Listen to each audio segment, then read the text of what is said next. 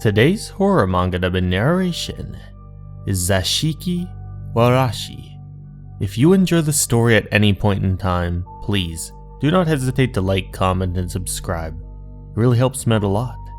Anyways, without further ado, let's get right into this spooky tale. I hope you all enjoy. This tale opens up at a strange building. A woman speaks. Please excuse me, I brought your meal. She walks inside the room as her body begins to tremble with some sort of fear, sweat dripping down her profusely. 30 years later. Takarada. Owner, good work today. The incident in which we lost Yamamoto is still being investigated, but I would like you to be the head of staff for the time being.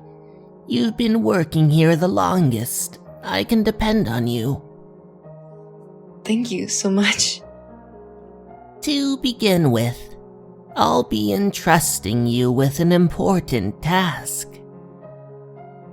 The young woman looked at her intently. Everything you see from here on out stays between us.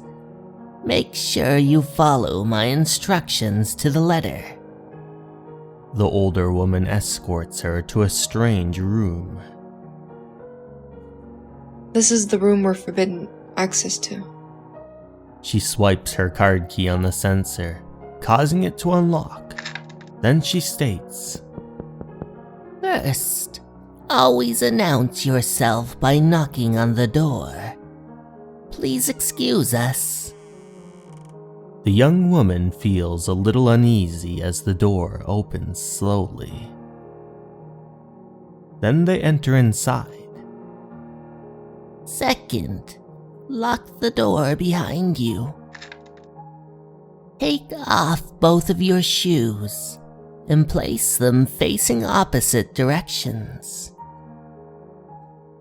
Huh? The two of them continue toward a sliding door, and the older woman opens it. Inside, they see a strange doll, with raven black hair and pale white skin, wrapped inside a kimono. We've brought you your meal. Third, we remove yesterday's meal and replace it with a new one. The two of them bow. And that's all. These duties are key to the hotel's fate. If anything happens, your head will roll. Can you carry this out on your own from tomorrow onwards? It would be an honor. Please allow me. Then, it's in your hands now. Later that night, at the hotel, the younger woman walks toward the door at night with a flashlight in hand. First, she knocks on the door. Then she unlocks it with her card key.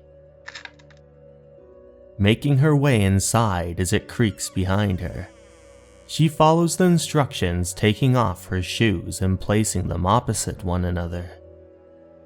Then, she shifts them together and bows toward. Then she asserts, Please. Come back home. The door begins to rattle and open. And then, in a strange turn of events, something puts its feet inside her shoes. It's the doll from earlier. It begins walking out of the room and down the hallway, further and further. Our protagonist begins to stand back up from their bow. And then we see a sinister smile form on her face. It would seem this woman had other plans in mind.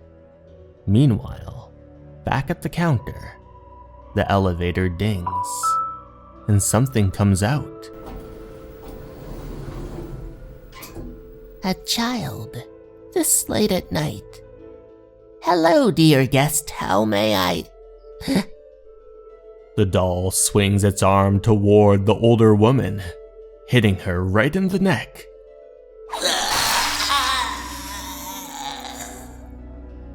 Her body falls toward the floor as her head rolls around, spewing out blood everywhere.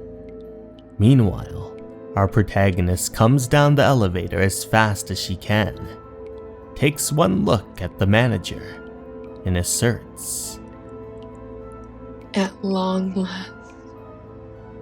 Well, you may all be a little confused, for you see, at the time as Zashiki Warashi leaves their room, in exchange for all the benefits it had granted, it takes the life of the homeowner. Our protagonist Zashiki Warashi was passed down for generations but was stolen, and on that day, her mother died. I finally got you back. Welcome home. A smile formed on the doll's face.